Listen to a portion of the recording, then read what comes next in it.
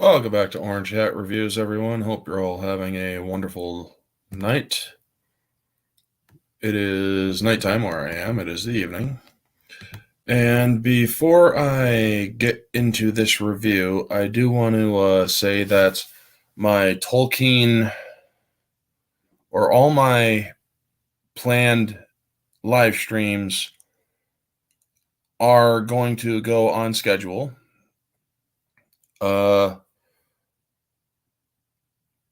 As you all know, my family is in mourning right now because my aunt has passed away. However, because of the winter weather, the services will not be commencing soon. In fact, they will be commencing when the thaw or when it is spring, during no snow on the ground. So most of my streams will continue on schedule. And to my Aunt Beck, I will miss her very much. She was a wonderful woman. So with that being said, let's get into this review. I will be doing a live review for the Batman. I just got back from the theaters, like 20 minutes ago. And, well, I do have some thoughts. Now, I'm going to go non-spoiler first. So, yeah, let's put that up. Doing spoiler-free right now. So, this movie was actually somewhat well put together. I will not say it was perfectly put together. I will say that there are some problems with it. Some of the writing could have been a little bit better. There was just areas where the writing seemed very poor, even from a psychological standpoint, because the writing that was poor came from the parts where certain characters were not in their right minds. Now, as a Batman story goes, I think this story was well put together. It had a very nuanced and noir take to it. It was a detective story. They pulled from all sorts of different stories in the comics. Long Halloween, Year One, all sorts of different. Long Halloween seemed to be the biggest theme the biggest draw for this movie, because my God, there was so many different things from what I remember from Long Halloween, the cartoon movie. I don't know about the comics. I don't read the comics, but one thing I do know is what they did to certain characters in this movie was not good.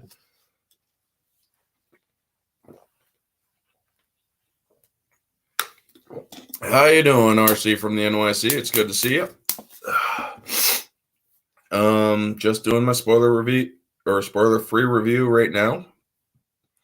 So, as objectively speaking, this movie was, I will say, a 7.5 to an 8 out of 10.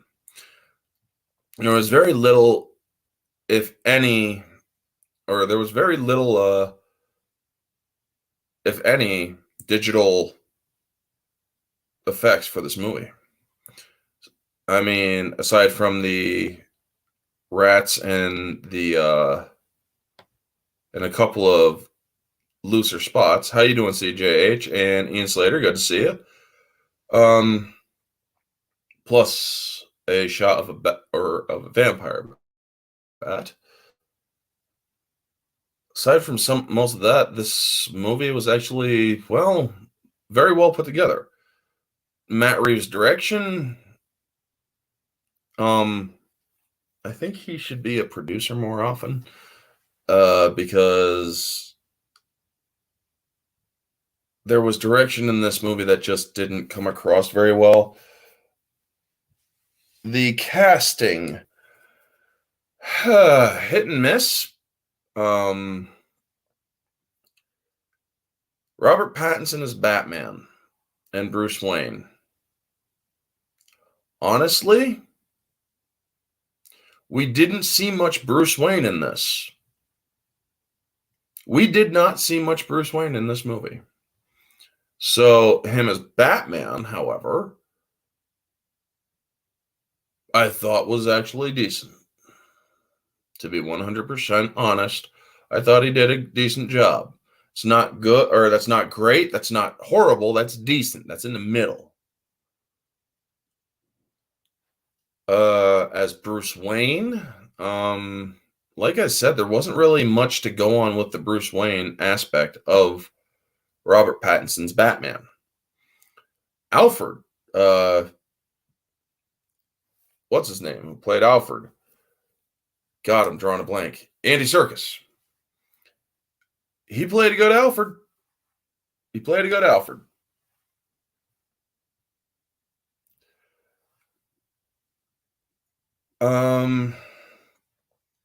Selena Kyle as Catwoman, or Zoe Kravitz as Selena Kyle and Catwoman. Honestly, she's got the martial arts, sure. But no, she did not come across as Selena Kyle. She really didn't. Fuchinara, it's good to see you. I honestly think that Zoe Kravitz as Catwoman was not well done. She does decent roles here and there, but as Catwoman and Selena Kyle, she did not do good. I'm sorry. Colin Farrell as the Penguin with the prosthetic makeup. My God, man. I gotta say that was pretty interesting. He played a decent Oswald Cobblepot.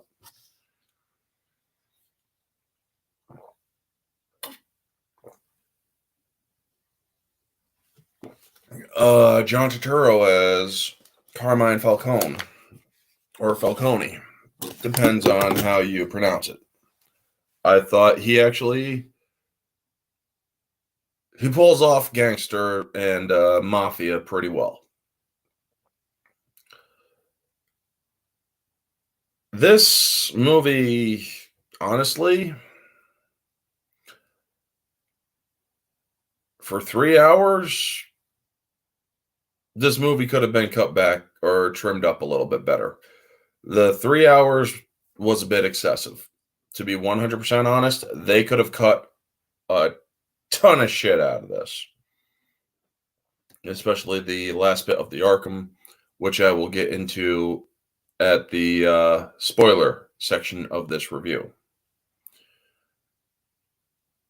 Keely Chow, good to see you. Just doing my live Batman review. I'm on spoiler free right now, so yeah. Oh, what? Friday Night Tights just ended? Jeez. Hopefully they can raid over here. That would be cool. But yeah, from a comic book standpoint, this was interesting. It really, honestly, this movie doesn't really come across as a comic book adaptation. This movie does have its own aspects. I just think that what they did to certain characters was not well done. Plus, it was very stupid of them to go into these areas. The Riddler being the main villain, as this is not a spoiler, folks. The Riddler is the main villain in this movie. The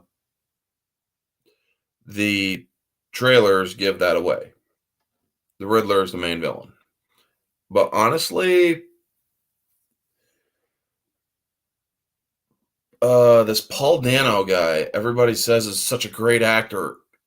He looks like that little Asian dude that is psychotically crazy in his own show. who actually has a medical degree. I can't stand him as an actor, Colin Farrell. I did hear he did a good job, though. He ruined Alexander. I've never seen Alexander, so I wouldn't know. But all I do know is that he did a good job as Oswald Cobblepot.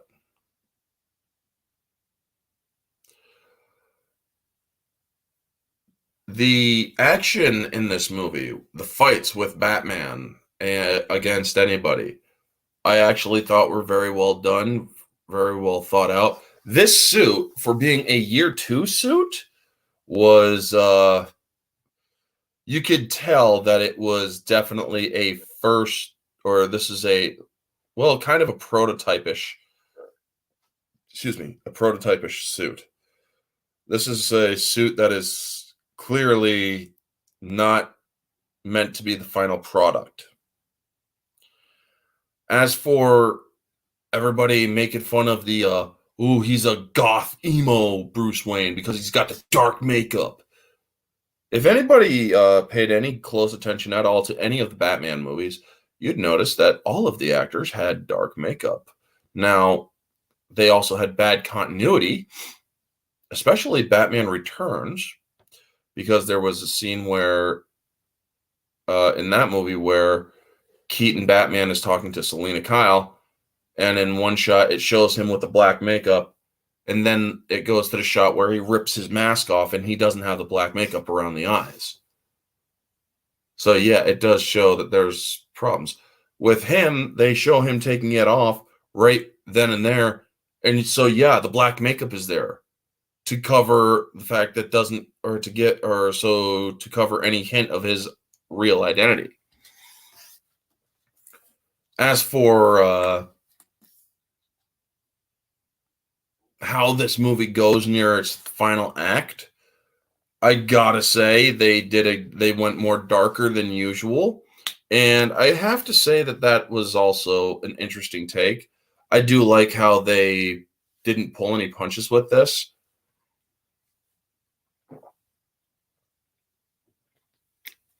And how they didn't rehearse the same old story over and over and over again.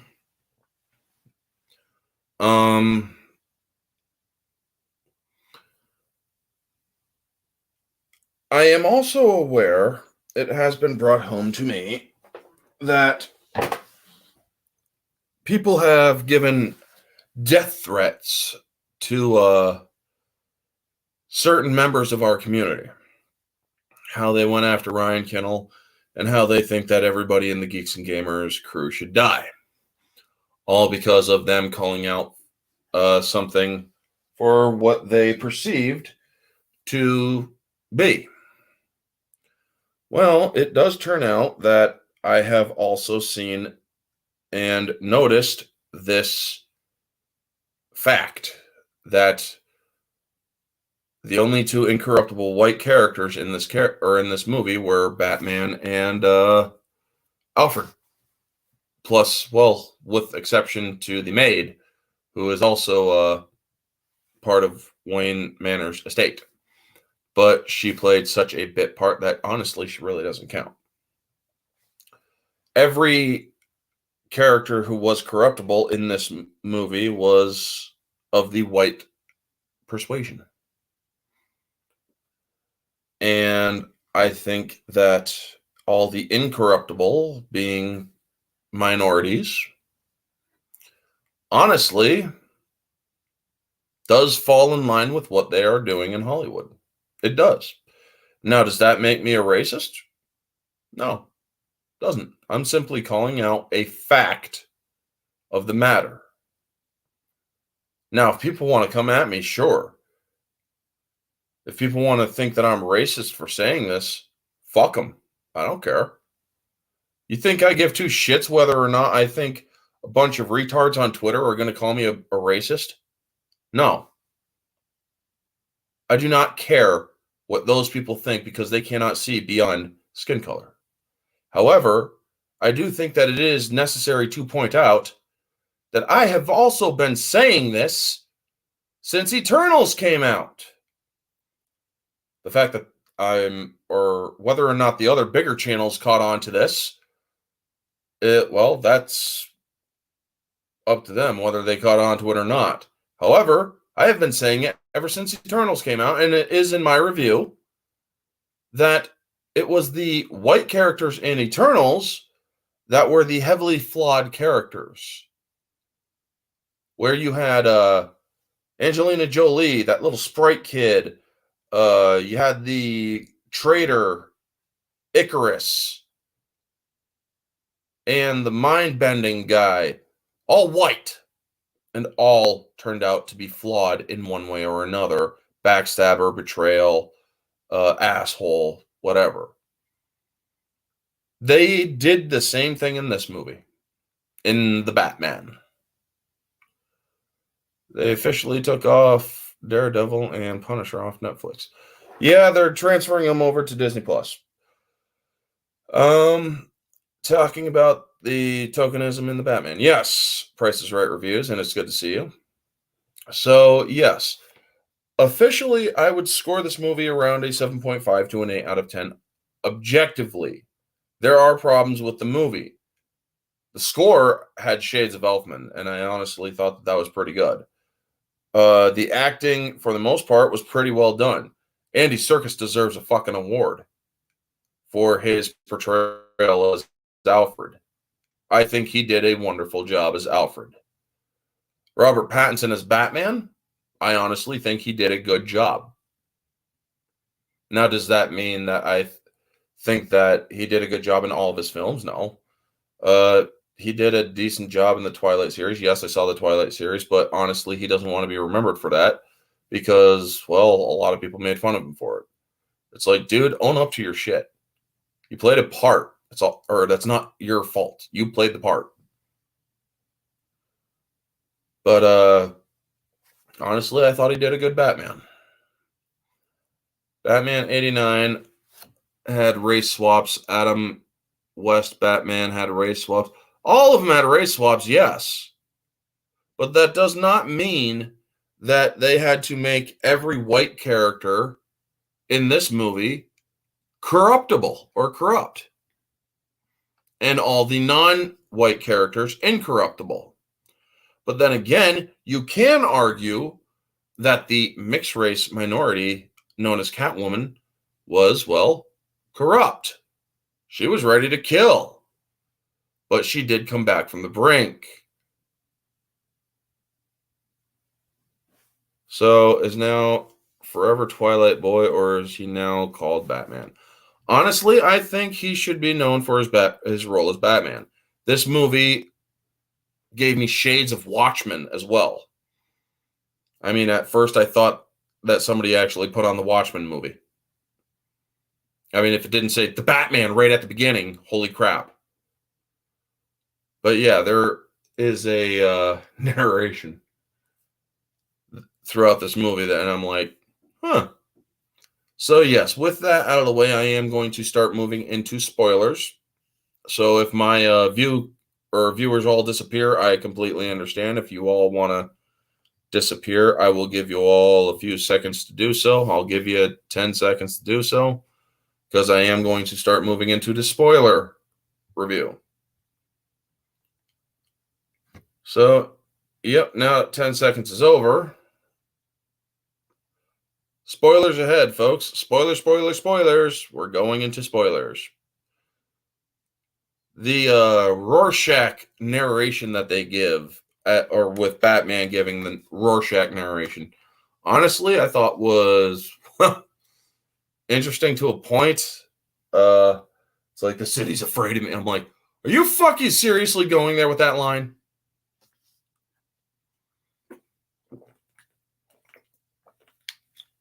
I mean, seriously, they did that. The Gotham in the movie resembles the Gotham from the video game Batman Arkham City. Honestly, I think you got a point there. The beginning sequences of this movie, honestly, I thought were pretty well done. This movie had a horror movie aspect to it as well, but for the most part was a great detective story. I still stand by this. I never liked the Riddler portrayed in this film. That's fine. Price is Right. I think that, but as I was saying, I think that the characters who are all the white characters, except for with the exception of Batman and Alfred, were incorruptible. That includes Thomas Wayne and Martha Wayne. They painted them in not so positive a light in this movie. Now, we all know that if you pay attention to the legacy and the lore of Thomas and Martha Wayne, you know that they were trying to get the city rebuilt. They were trying to stand up against the corruption. They were trying to heal Gotham City with their wealth. To put political aspirations onto Thomas Wayne and to say he was corrupt because he made a mistake. He made a choice that he honestly had no idea what the outcome would have been. And saying that it was all political and whatnot. I'm glad that Alfred told Bruce what the real truth was. Yes, he made a mistake, but and what he did, he was doing for the betterment of his family.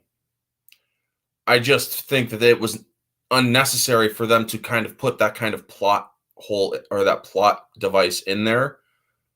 Because seriously, why are you trashing on Thomas and Martha Wayne? Also, I never knew that Martha's maiden name was Arkham. That was weird. I was personally hoping for an Ozymandias-like Riddler. This is an early Riddler, so I'm guessing that it would, or he's got a way to go before he gets there. They did actually hint the Joker in this. They showed a person who could be the Joker. Honestly, seeing what that character looks like and who played him, I'm like, no, I'm not really a fan of what this Joker person is. The style of this movie is the biggest thing that I have a gripe with. I do like the suit, the bat suit that they have, bulletproof and all that shit.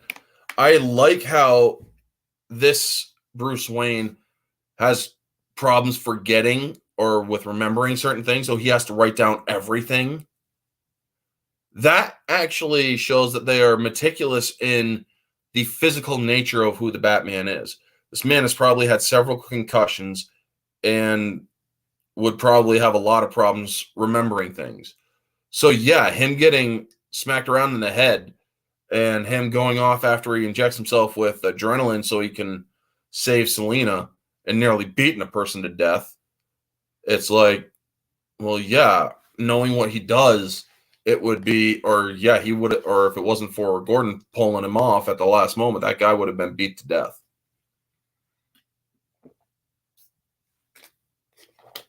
As for the contrived plot devices of the mayor going up against a minority and losing, all because he actually got murdered.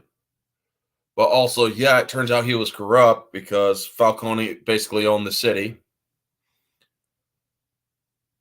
I really think that it does do a good job in portraying how corrupt the city is. The city is basically rotten from the inside out. So if they were to root out the corruption, it would destroy the city. But they actually made the attempt to try to do it. And this is a young Batman, so to speak. This is him just coming into his element. He hasn't perfected his technique yet. But I do like how he was at the crime scenes going detective. He is the world's greatest detective. I like the dynamic between him and Gordon. The actor playing Gordon, I thought he played him very well. Am I a fan of Gordon being race swapped? No. But in this movie, the actor who played James Gordon played him very well. I'm not going to fault the person for being black. That's not right. That's race, or that would be racist. I do feel that it was, however, unnecessary for him to be race swapped. I will say that. There's no reason for that a person to make James Gordon black except for to race swap and pander. That's it. As for the Long Halloween, I mentioned that there was a lot of references to the Long Halloween in this. And it looks like I'm having a little bit of an internet problem, so 1 second. Can you all still? Okay, good. The internet's back. I appreciate that the producers went with the Detective Batman route from the old 50s and 60s comics. Yeah. But as I was saying, Long Halloween, they had they told the story of Falcone being brought into Wayne Manor and being treated to get a bullet pulled out. Also, they had whatchamacallit, the murder on Halloween, which was kind of the beginning of the Long Halloween, which is why they called it the Long Halloween. They really pulled a lot, especially with Selena Kyle being Carmine Falcone's daughter, illegitimate. But what I did not like, and I'm sorry, it is a gripe, and in Hollywood is actually doing this twice, is the beginning of a pattern. They are making white characters corruptible more, and making minority characters less so. Ryan Kennel was right, and he's right to call it out. Me, I've been calling it out a lot, before them with the Eternals, because I saw it back then too. But the thing is, now they're just going to prove it and give more evidence to it. So, do I like this movie? I thought it was okay. Do I think that this movie deserves all sorts of praise and whatnot? Not really. Like I said, they could have cut a lot out of this movie. One scene I did like, though, was when when Batman was chasing Oswald Cobblepot, and his car just comes out of the flames roaring like a fucking beast, and I'm like, dude, that was awesome. But the one thing I will not, or I think was completely inappropriate, was the marring of the Waynes as a plot device, saying that they were corrupt, saying that they were that they dealt with the mafia in order to kill somebody. That was not needed. It honestly wasn't. They didn't even need Martha or Thomas and Martha Wayne as a plot device at all, except that they chose to do it because they wanted to apparently bash on the Waynes and, well, make another prominent white powerful character corrupt and whatnot.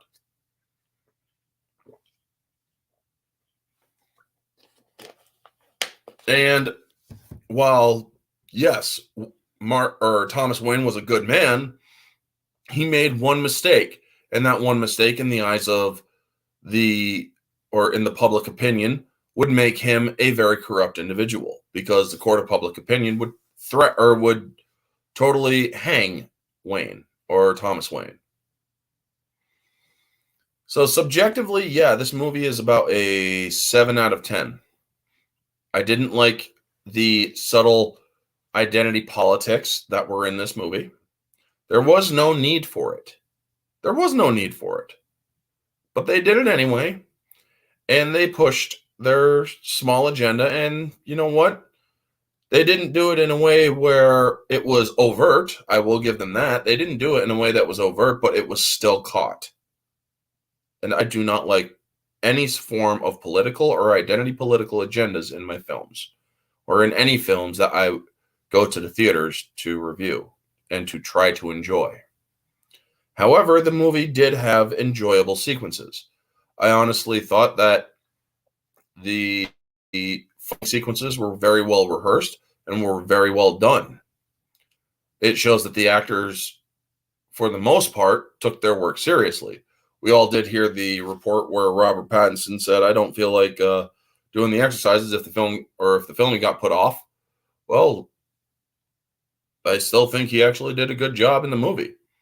He actually did do a good job as Batman. As Bruce Wayne, there's not really much Bruce Wayne in this movie. He is Batman. He is, or even when the cape isn't on, he is Batman. He is not focusing on the philanthropy that is Bruce Wayne that we all know and appreciate in the comics. However, this is still a young Bruce Wayne. He is vengeance at this point. He is looking to get he is looking to try to establish himself as, the world's greatest detective. And I do like the detective sequences. However, the Batman or his soft Batman voice, that could have been better. But you know what they did, or he did it how he did it, and you know what? For the most part, I thought it was decent.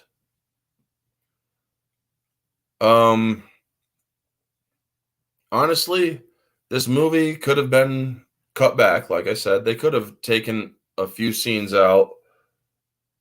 They could have taken the whole Thomas and Martha Wayne plot out because honestly, it was not needed. Not only subjectively, but objectively. They could have taken that out, sure. The whole sins of the father thing. That was a plot device that was only put in order to make the Waynes look bad. And we all know that Thomas and Martha Wayne were incorruptible and they fought to heal the city. Having Martha Wayne be a poster child for mental health because she was in and out of asylums, that speaks to the possible flashpoint where she becomes a Joker. And Thomas Wayne going to Carmine Falcone for a favor, and Carmine Falcone blowing it completely out of proportion in order to get the point across. It's ridiculous. They did not need to do a lot of things in this movie, but they did it strictly to push an agenda. Now, does that make this movie extreme or woke? Partially, yes. Partially, yes. And by the way, I did make a promise to the Woke or Not crew that I would shout out and promote their website.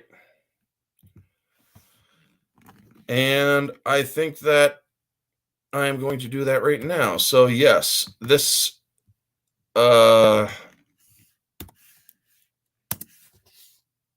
is fairly new. And this is wokeornot.com. It goes through it allows people and users to go to their website to shed light on Hollywood and give an honest review on whether the movies that we are seeing are woke.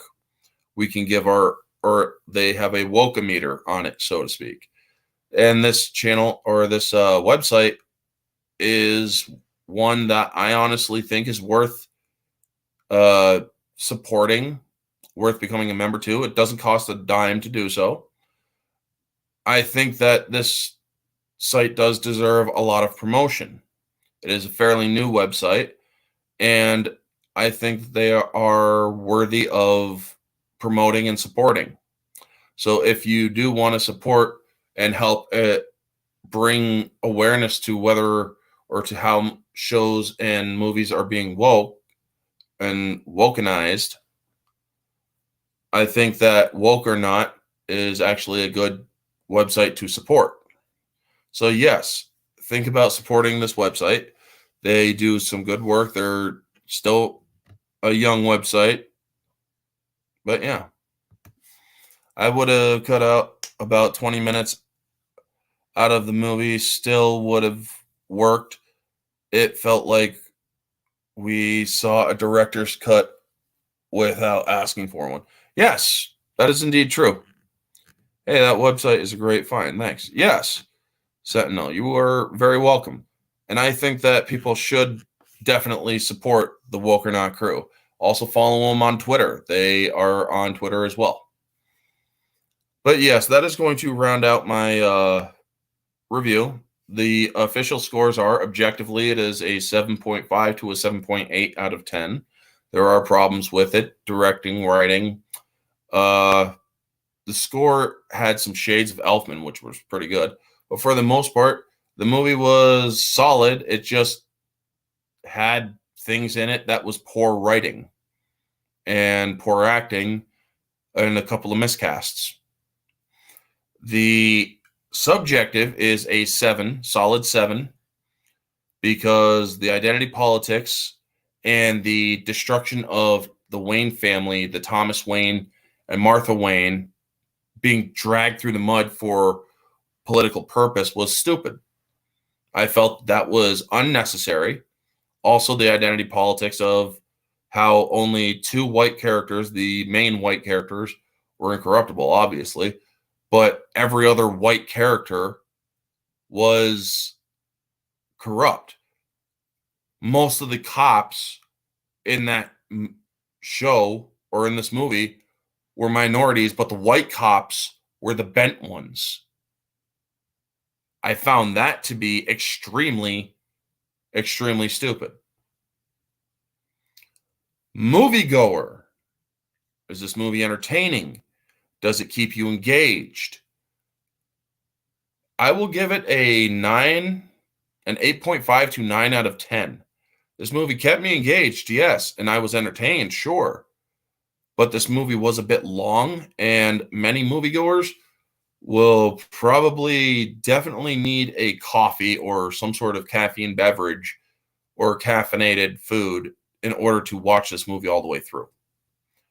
Unless you are wide awake and whatnot. However, this movie does have a lot of entertainment value to it. Anyway, folks, that is going to be my review. Thank you all for showing up. The Sentinel, RC from the NYC, Price is Right, review. Who else? CJH, Keely Chow, Ian Slater, Norris.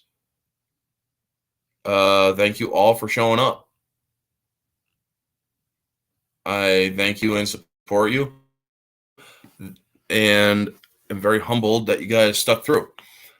So, yes, I will be doing my normal streams so far. I'm still looking for panelists for the Hobbit and Lord of the Rings movie discussion streams. They will be on, or they are planned for Thursdays at 7 o'clock. However, the timing can be adjusted for guest convenience. So just spread the word. If you guys aren't interested, spread the word to somebody who you think might be interested to discuss the works of The Hobbit and Lord of the Rings movies by Peter Jackson. So yes, folks, with that out of the way, I'm going to say goodnight. You all have a wonderful night. Thank you so much for tuning in. And stay tuned for Tuesday, where I will, or Monday, because Sunday, I am doing an experiment. And Monday, you will have the stream, or the stream will be up of what the experiment is. I believe that is going to be Monday at noon. It's not anything super sciencey. It's a review and whatnot. But I am going to be doing a review that I haven't done yet. So yeah. Anyway, folks, thank you so much for tuning in. This has been Orange Hat Reviews. You all have a wonderful night, and always remember to stay humble.